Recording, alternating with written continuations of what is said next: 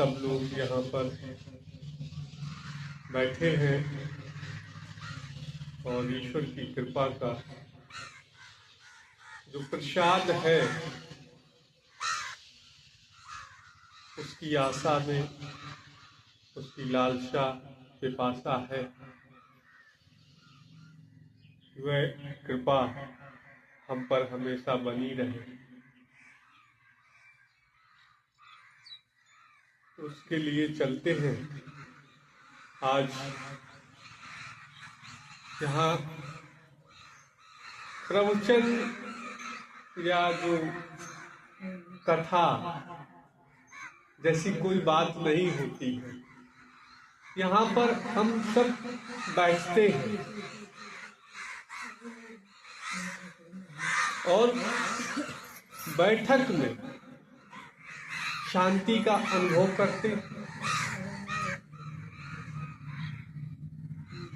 क्योंकि सुनने और बोलने से कोई ज्यादा हमारे जीवन में फर्क नहीं आता है। फर्क आता है अनुभव करने से। हमारे जीवन में जब कोई घटना घटित होती है, कोई अनुभव उतरता है, तब हमारे जीवन में सचमुच में बदलाव आता है। बाकी तो जब हम कोई चीज अच्छी सुन लेते हैं, देख लेते हैं, तो हमारे मन में एक इच्छा होती है, लालसा उठती है कि ये हो जाए, ऐसा हो जाए, लेकिन हम कर नहीं पाते। जैसे एक छोटा बच्चा होता है, उसको आग बहुत अच्छी लगती है और वो बार बार आग की तरफ दौड़ लगाता है।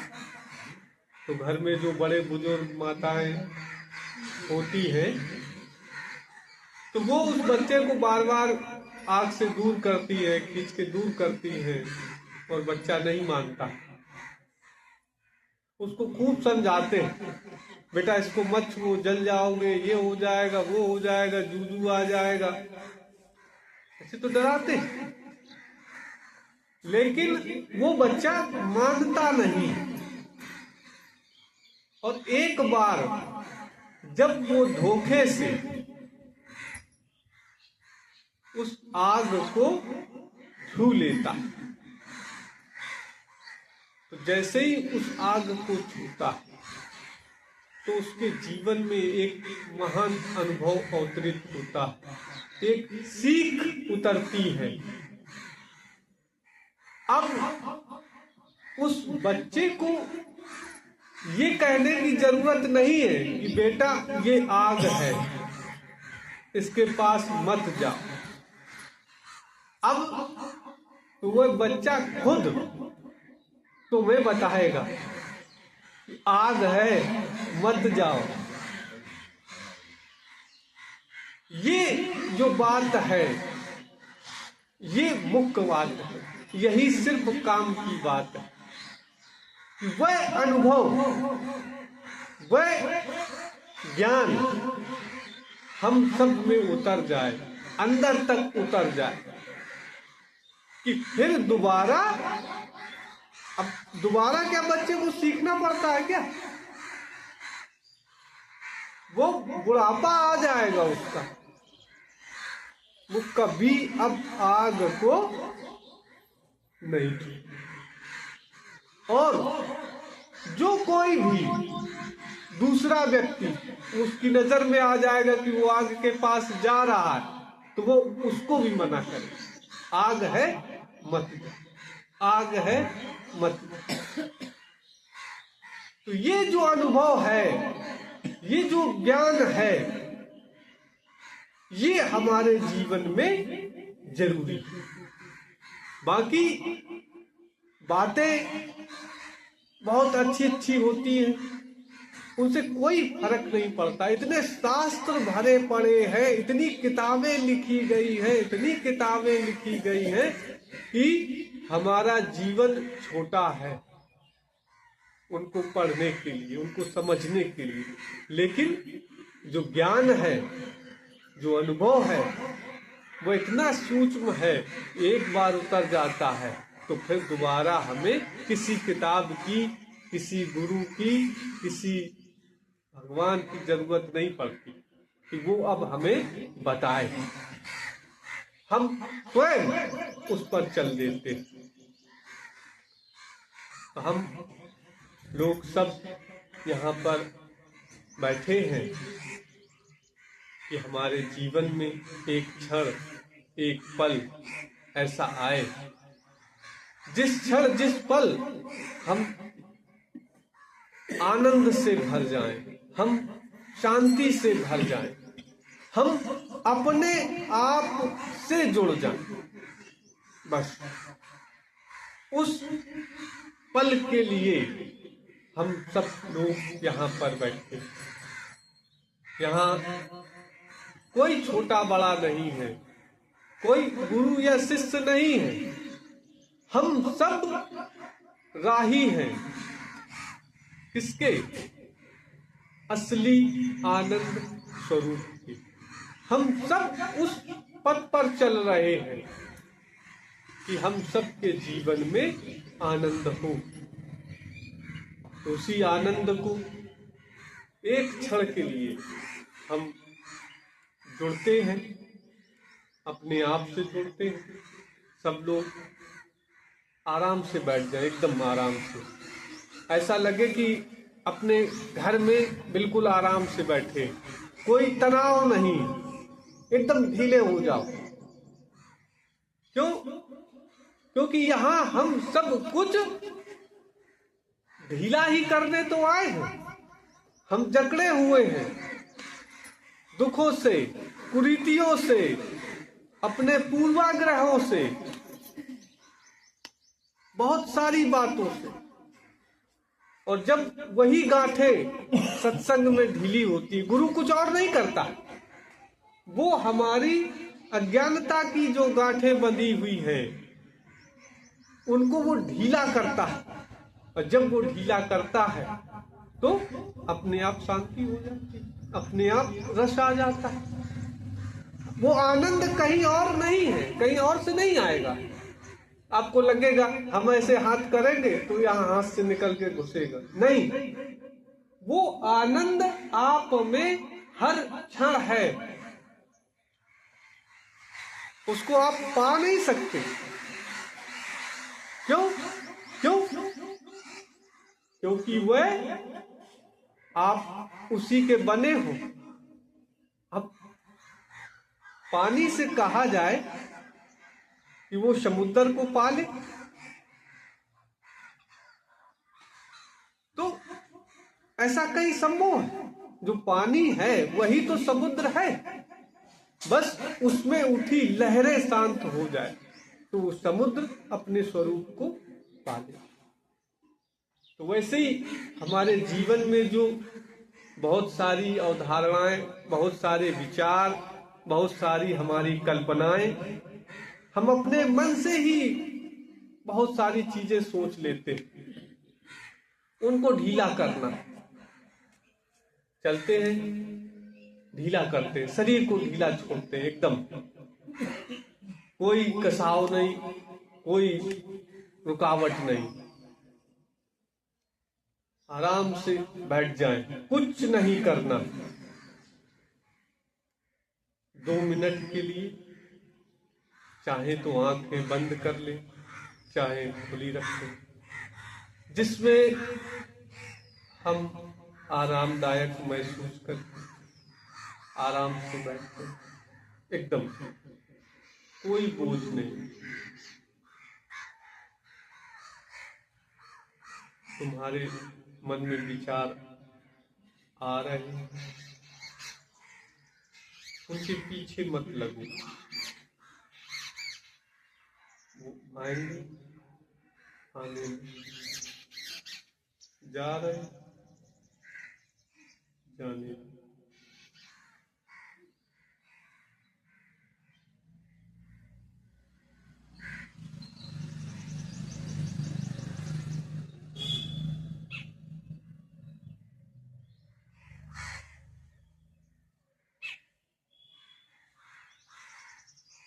बस चुपचाप देखिए,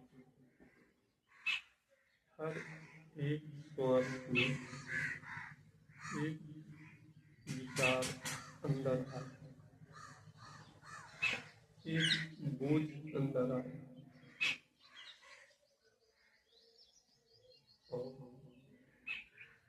सांस बाहर जा रही, वो सब हमारे बोझ बाहर निकाल, सांस बाहर, बोझ बाहर। सांस न लेनी है न सांस भरनी है, बस वो जैसे चल रही वैसे ही चलनी।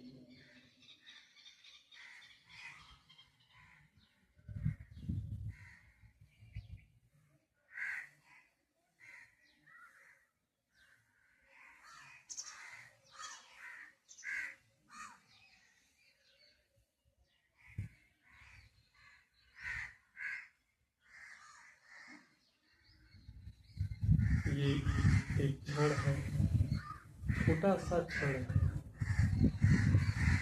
और इस क्षण में जो कुछ भी हमें अनुभव हुआ या आपको अनुभव हुआ, वो शांति या वो जो जकड़न थी जब ढीली हुई, हमने आराम महसूस की, तो वो क्या कहीं और से आई? तो जवाब मिलेगा नहीं। वो शांति, वो आनंद हमारे अंदर पहले से ही, बस हमें प्रकट करना है उसको। अब हम प्रकट कैसे करें, बार बार कैसे प्रकट करें? हर क्षण हम कैसे इस आनंद को या इस स्थिति को महसूस करें, बड़ी बात ये है। तो देखो, हमारा जीवन जो है, जहां से हम शुरू हो रहे हैं, तो ये श्वास आ रही है हमारे। जब ये श्वास आती है तो हम जीवित होते हैं, और जब ये श्वास जाती है तो हम थोड़े समय के लिए मर जाते हैं। तो इसका आना जीवन है, हम ये मान के चले। तो हर बार जब ये जीवन आए, इसके साथ जुड़ जाए, कहां से ये आ रही है और कहां जा रही है।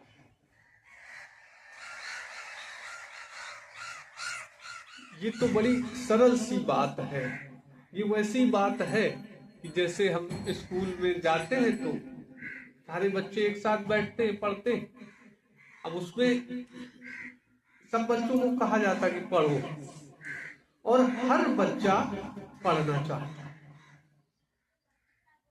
लेकिन एक पढ़ पाता है और एक नहीं पढ़ पाता। जबकि टीचर एक है, कॉपी किताबें एक है, जगह एक है, और चाहत भी एक है। हर बच्चा पढ़ना चाहता है, लेकिन वो पढ़ नहीं पाता। जैसे हम बार बार कहते हैं कि कोई भी व्यक्ति कोई नशा नहीं करना चाहता। किसी को अगर तुम शराबी कह दो वो लड़ जाएगा, किसी को जुआरी कह दो वो लड़ जाएगा, किसी को झूठा कह दो वो लड़ जाएगा, किसी को बेईमान चोर कह दो लड़ जाएगा, जबकि वो करता वही, लेकिन वो चाहता नहीं।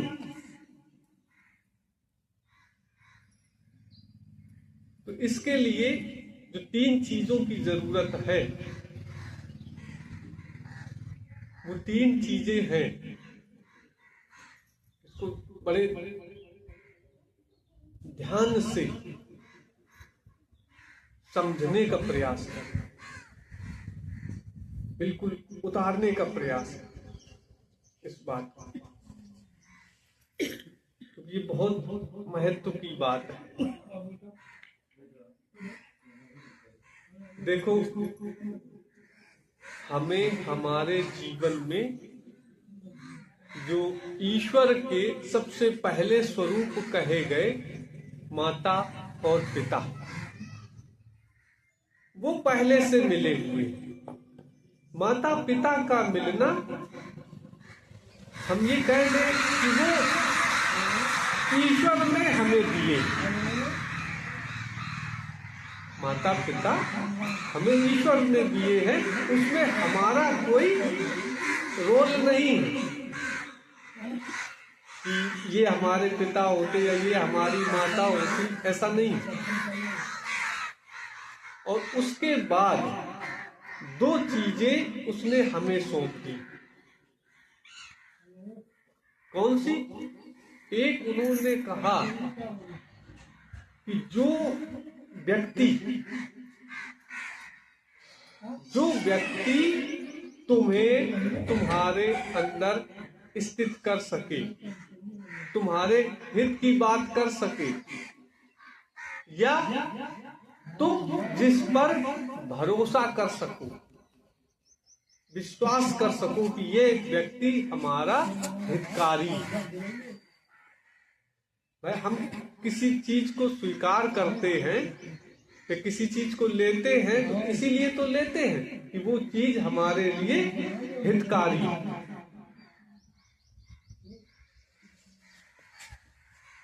तो जिस व्यक्ति की बात को सुन करके हम आगे बढ़ते हैं, वो तुम्हें मिला, उसको तुम गुरु कह सकते हो। और दूसरी चीज एक आती है इष्ट देव, वह आशा, वह ऊर्जा या वह शक्ति जिस पर हम भरोसा कर सके, परमात्मा का वह स्वरूप जो हमें विश्वास जगा सके कि हम अपने लक्ष्य को हासिल कर लें।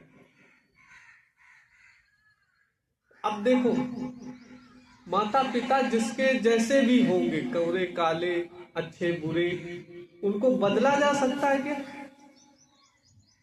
कभी नहीं बदला जा सकता।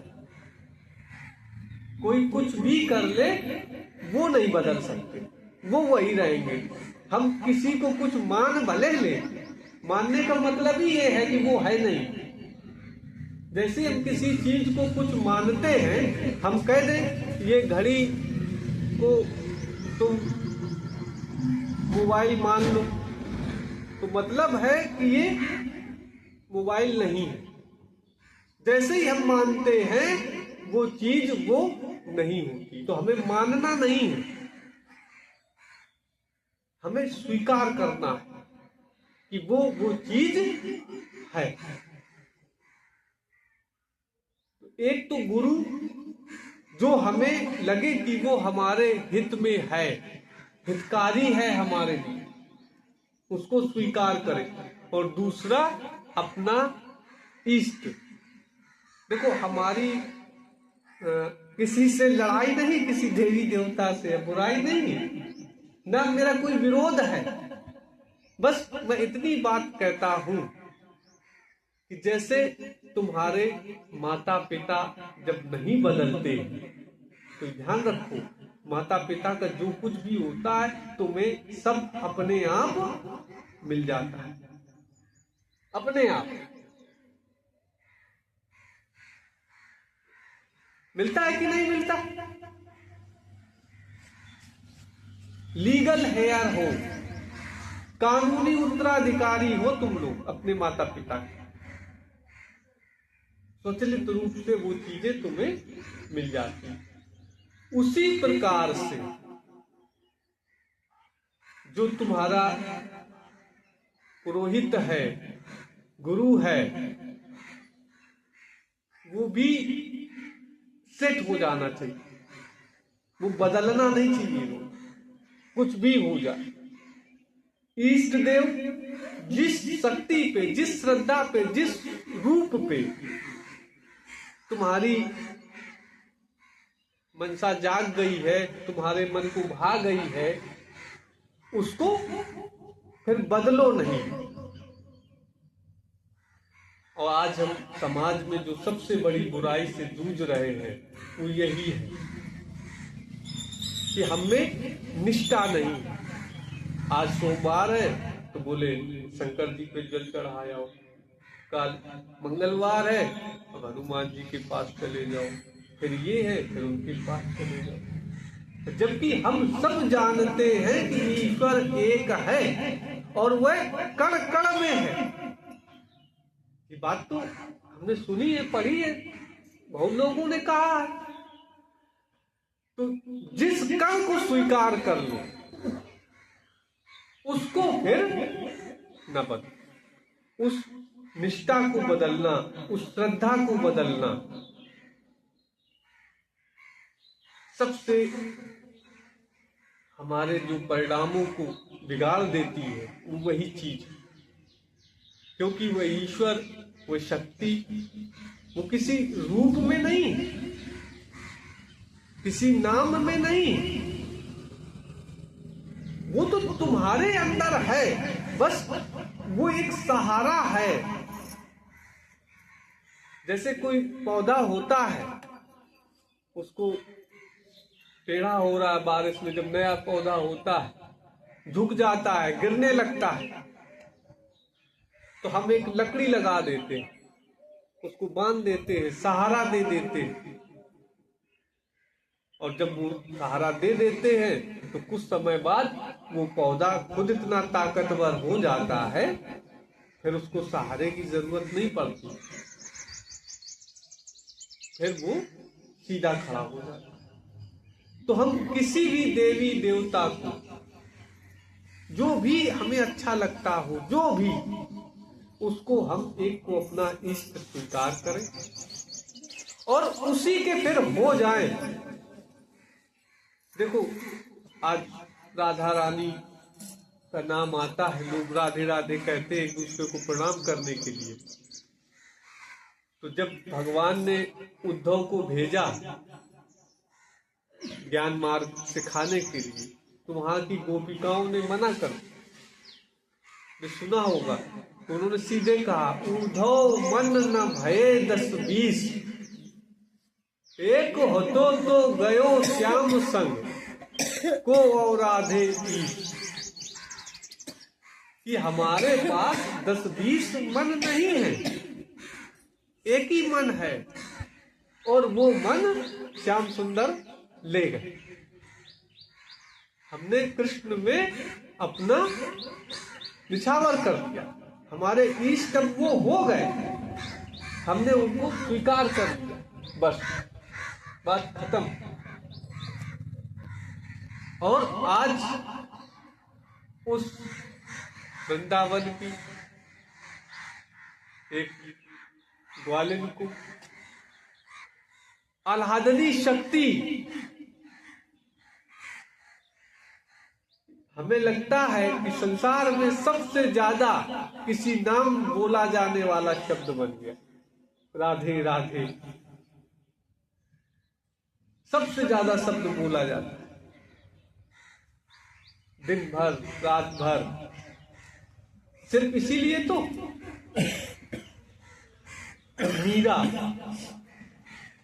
मीरा ने पकड़ लिया। बहुत लोगों के पास गए, उन्होंने बोले बस अब तो हमने उनको ईश्वर के रूप में स्वीकार कर लिया है, तो अब नहीं बदले। ऐसे बहुत सारे उदाहरण मिलते। अनुसुईया, उन्होंने अपने पति को ईश्वर मान लिया, स्वीकार कर लिया, और सिर्फ उसी को ईश्वर स्वीकार करने से हम लोगों को कहानी पूरी पता है कि जब उनका तप चढ़ा, ये स्वीकृति बढ़ी, लोग आए, बोले ये कहां से आप तुम्हारे भगवान हो जाएंगे पति, ये तो आदमी है, रोटी खाते हैं, भूख लगती है, बीमार हो जाते हैं, ये भगवान कैसे हो सकते? भाई जो मनुष्य है तो उसको तो बीमारियां भी आएंगी, भूख लगेगी, सर्दी लगेगी, गर्मी लगेगी। लोगों ने अपनी अपनी परिभाषाएं हैं भगवान की। लोगों ने बताया कि भगवान को जिसे भूख नहीं लगती, बोले इनको तो भूख लगती है। तो उन्होंने कहा कुछ भी लगती हो, कुछ भी करते हो, वही ईश्वर है मेरे, वही परमेश्वर है मेरे, और कोई नहीं है। तो कहते हैं जब ये बातें बढ़ी तो दूसरे लोगों को बुरी लगती। जो लोग भगवान के तौर पे बैठे थे, तो बात जब गई ऊपर तक, पार्वती तक बात गई, तो उन्होंने कहा ऐसे कैसे? बोले हम ज्यादा शक्तिशाली हैं, हम ज्यादा ईश्वर भक्तनी हैं। और बोले उनका जाओ परीक्षा करके आओ। महादेव से बोली, ब्रह्मा जी की पत्नी बोली सरस्वती जी कि जाओ तुम भी चेक करके आओ कि है कि ऐसी हवा उड़ाए, और इतनी शक्ति कैसे हो जाएगी? भगवान तो तुम हो। सरस्वती जी बोली ब्रह्मा से कि भगवान तो तुम हो, और ये कैसे हो जाएंगे भगवान? विष्णु जी के पास नारद जी खबर लगाया है कि तुमसे बड़े भगवान हो गए। बोले कौन? बोले कौन उनकी पूजा? बोले कोई नहीं करता, सिर्फ एक भक्त है उसका। बोले कौन? बोले उसकी पत्नी। मतलब भगवान भी ऐसा कि भक्त है कि? तो बोले ऐसे कैसे हो जाएगा? हमें तो दुनिया पूजती, और उसको एक के पूजने से हमसे बड़ा कैसे हो जाएगा? तो उन्होंने कहा ना मानो तो चेक कराओ। तो इनमें गोष्ठी हुई, बड़े लोग थे। बोले चलो चलते हैं। तीनों देवता आए, तो उनके पास जब गए तो उनसे कहा कि हमें भोजन दो, और अपनी शर्तें रखी कि हमें एकदम निवृत्त अवस्था में भोजन कराओ। तो उन्होंने कहा ठीक है करा देंगे। उन्होंने अपने पति को बताया, तो उन्होंने कहा ठीक है, जब भगवान चाह रहे हैं कि करो, तो बोले ठीक है इनको गर्भ में धारण कर लो। उन्होंने गर्भ में धारण किया, बच्चा बना दिया, बच्चा बना के पैदा कर। अब तीनों छोटे छोटे बच्चे हो गए, आराम से दूध पी रहे, खाना खा रहे। वहां हैरानी हो गई देवियों में, यार इतने बड़े बड़े भगवान गए थे, लौटे के नहीं आ पाए, क्या करें? तो वहां जब पता चला कि अनसुईया जी के यहाँ गए थे, जंगल में आए, देवियां आई, उन्होंने देखा आश्रम क्या है, जंगल है, न रोटी है, न कुछ साजो सामान है, न कोई दूसरे साधन है। उन्होंने कहा ये कैसे देवी हो सकती, ये कैसे इसके पति ईश्वर हो सकते, और ईश्वर होते अगर तो इतनी निर्धनता में कैसे रहती जंगल में? खैर जब उन्होंने बहुत देर देखा तो उनको कहीं वो अपने आदमी नहीं दिखे। अब परेशान हुई, क्या करें? अब उनसे पूछा अनसुईया जी से कि चलो जो कुछ हुआ हुआ, हमारे आदमी है वो बता दो कौन कौन है तो हम ले जाएं। तो उन्होंने कहा पहचान लो, ये पढ़े इन्हीं में से थे कोई। तो कहने का आशय है कि एक अनुसुईया ने अपनी भक्ति से, अपने एक इष्ट की कृपा से, अपने एक विचार की दृढ़ता से, एक विचार की दृढ़ता से, भगवान ने गीता में बार बार अर्जुन को कहा अव्यभिचारेण भक्ति योगेन सेव, अव्यभिचारणी भक्ति करो। एक को पकड़ लो, किसी को पकड़ लो, हाथी को पकड़ लो, घोड़े, जिसको तुम्हारी मर्जी है उसको पकड़ो। कि जब कण कण में भगवान है, कण कण में ईश्वर का वास है, तो फिर मिट्टी और धरती में क्या फर्क है? लेकिन हमने अपने दिमाग में बैठा लिया ये गलत है, ये गलत धारणा, हम भक्ति से चूक जाते हैं। एक और कहानी आती है छोटी सी ऐसी। एक बार चर्चा हुई भगवान कृष्ण की, तो नारद जी तो बदमाश थे ही, इधर उधर अपना लगा देते थे। तो उन्होंने जाके कह दिया कि रुक्मणी से कि भगवान राधा को ज्यादा प्रेम करते और तुम्हें कम करते, तभी पूरी दुनिया राधे राधे कहती है, कोई रुक्मणी कृष्ण नहीं कहता। तो भगवान ने कहा देखो, अब प्रेम वो करती है कि नहीं करती ये तो वही जानती, मुझे कैसे पता।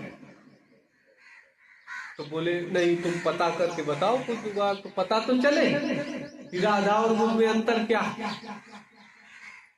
तो उन्होंने कहा ठीक है बताते। एक दिन वो लेट गए, तो बोले हमारा पेट दर्द कर रहा बहुत दूर से, वैद्य आए, उनको भी सिखा पढ़ा दिया, कह देना कि कोई इलाज नहीं मिल रहा। बहुत हैरान, खूब वो चीखे। फिर एक वैद्य को सिखा पढ़ा के लाए, तो कब बोले कह देना कि कोई एक स्त्री ऐसी मिल जाए जो पतिव्रता हो, जो सिर्फ एक ईश्वर का भजन करने वाली, सिर्फ एक नाम का सुमिरन करने वाली, वो अगर अपना पैर धो के, पैर का धोवन दे दे तो हम पी ले तो हम ठीक हो जाएंगे, नहीं बचेंगे नहीं हम। तो अब भगवान ने रुक्मणी से कहा कि तुम तो मतलब हो, तुमने हमें भजा है और हमें ये पता, तुमने किसी और को नहीं भजा हमें।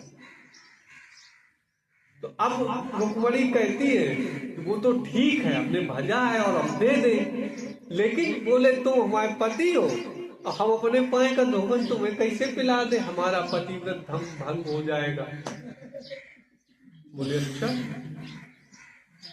अब उन्होंने कहा ठीक है, चले जाओ राधा के पास। तो राधा के पास जैसे गए, बात बोली कि तुम्हारे कन्हैया बीमार है और उनको पैर का धोवन दे दूं। तो उसने चट से पानी उठाओ, धो के दे दी। तो जो लेने गए तो उसने कहा तुम्हें मतलब वो नहीं लग रहा कि तुमने मतलब अपने भगवान को, अपने आराध्य को, अपने इष्ट को अपने पैर का धोवन पिला रही, तुम्हारा धर्म नहीं नष्ट हो जाए। तुमने कहा धर्म नष्ट होगा तो मेरा धर्म नष्ट होगा, लेकिन हमारा जो ईश्वर है, हमारा जो इष्ट है, वो तो बच जाएगा। अदम्य प्रेम, अब इसमें कहीं कोई शंका की गुंजाइश नहीं।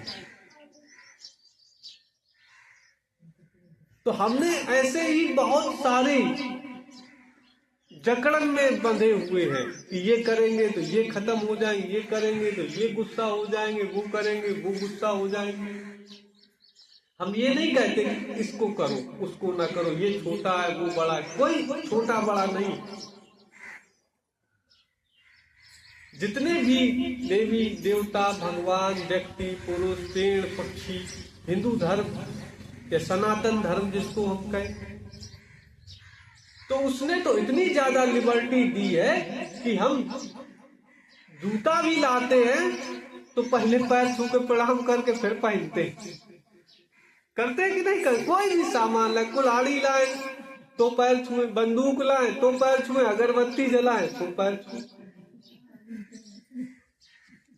ऐसी कोई चीज नहीं लाते हैं, ऐसा कोई काम नहीं करते कि उसको पहले प्रणाम ना करें, उसको स्वीकार ना करें। तो कहने का मतलब है कि हमने तो कण कण में भगवान को माना, लेकिन जब भक्ति की बात आती तो वो बिखर जाती, वहां फिर हम ऊपर नीचे करने लगते, बदल देते। दृढ़ता नहीं रहती है।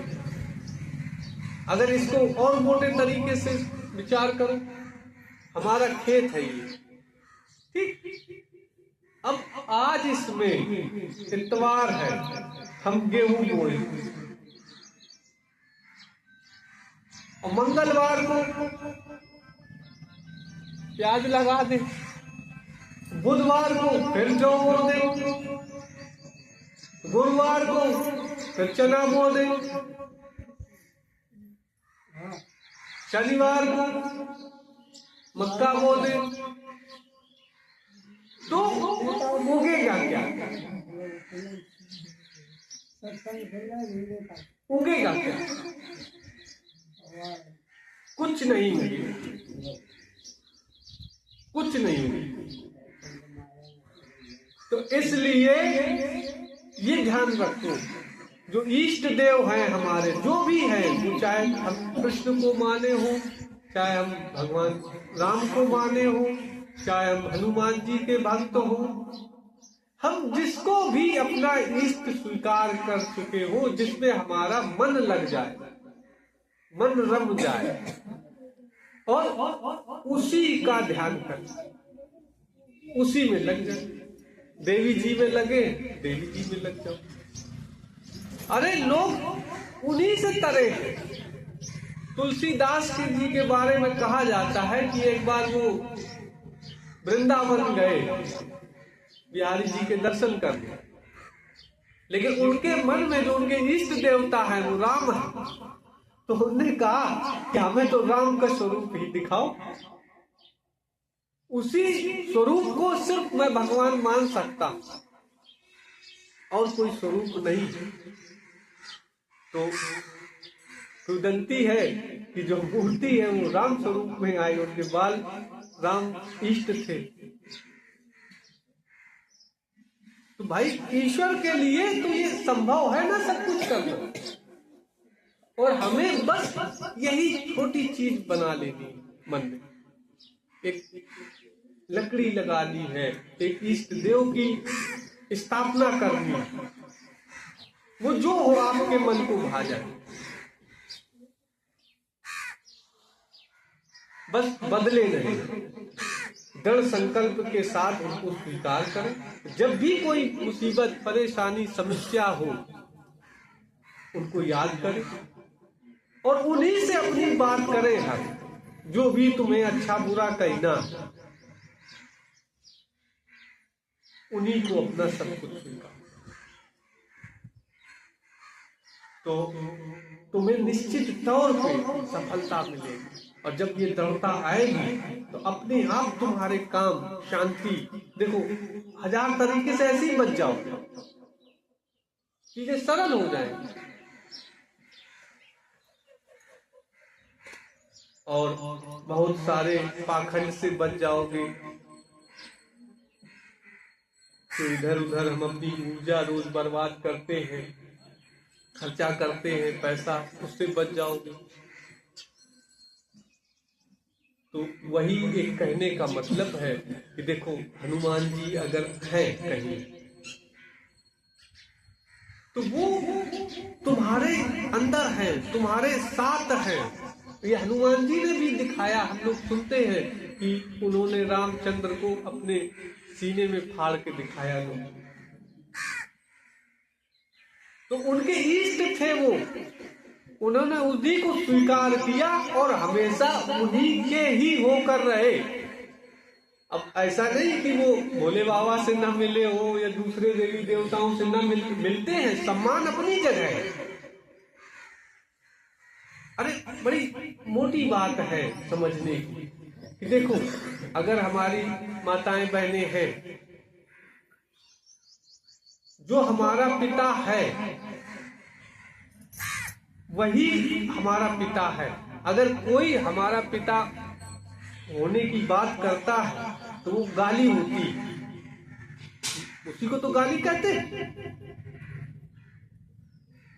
कोई दूसरा जब हमारा पिता बनना चाहता है वही तो गाली होती है। बात समझ रहे? तो वो वही है। सम्मान दे सकते हैं, चाचा है, ताऊ है, दादा है, पिता जैसे हैं, लेकिन जो वो चीज है वो एक ही है। अव्यभिचारेण भक्ति योगेन एक नाम एक इस को हम स्वीकार।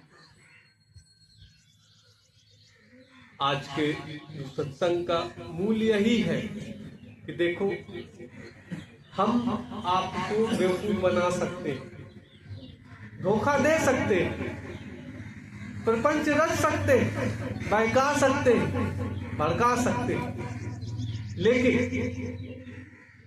क्या परमात्मा को बेवकूफ बनाया जा सकता है?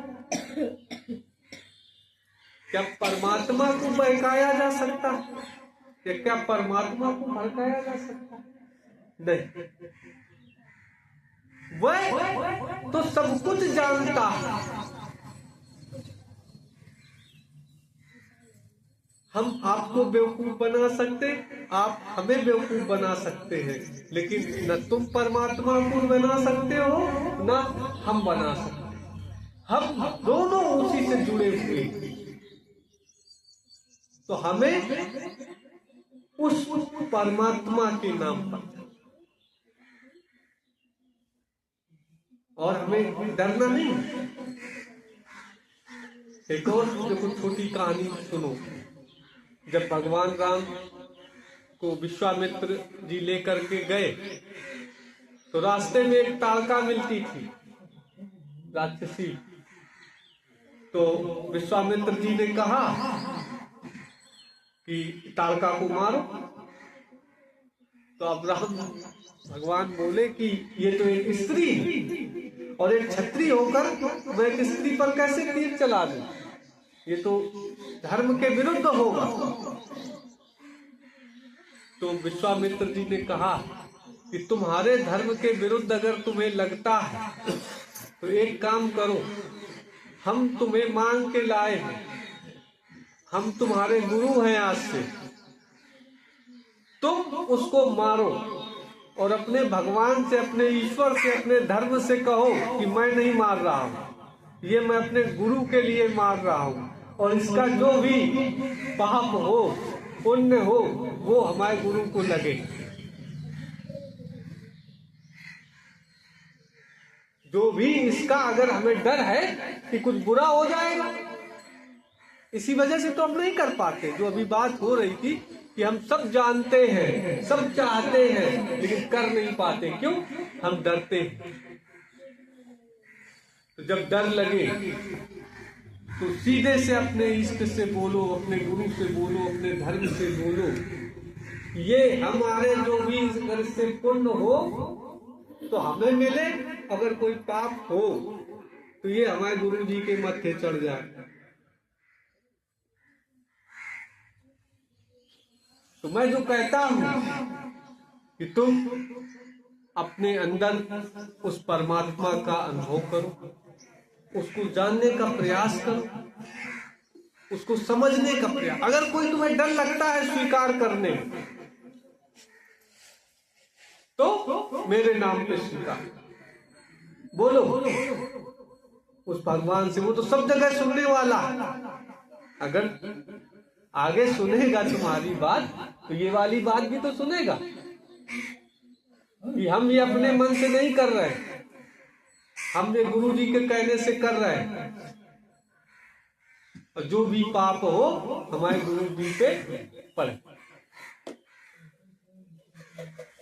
डर खत्म, बहाना खत्म। लेकिन मन में संकल्प ले, विचार ले, जो भी इष्ट है हमारा, जो भी एक, बस दो नहीं हो सकते। और जैसे ही दो हुए तो दो का मतलब ही है द्वंद्व। द्वंद्व की स्थिति बन जाएगी और फिर हमारी स्थिति गिर जाएगी। हम उस आनंद से, उस शक्ति से, उस सत्ता से नहीं जुड़ पाएंगे। कुछ भी कर ले, वंचित हो जाए। हम किसी एक के हो जाएं, वो चाहे कोई हो, कुछ भी हो, कोई फर्क नहीं पड़ता।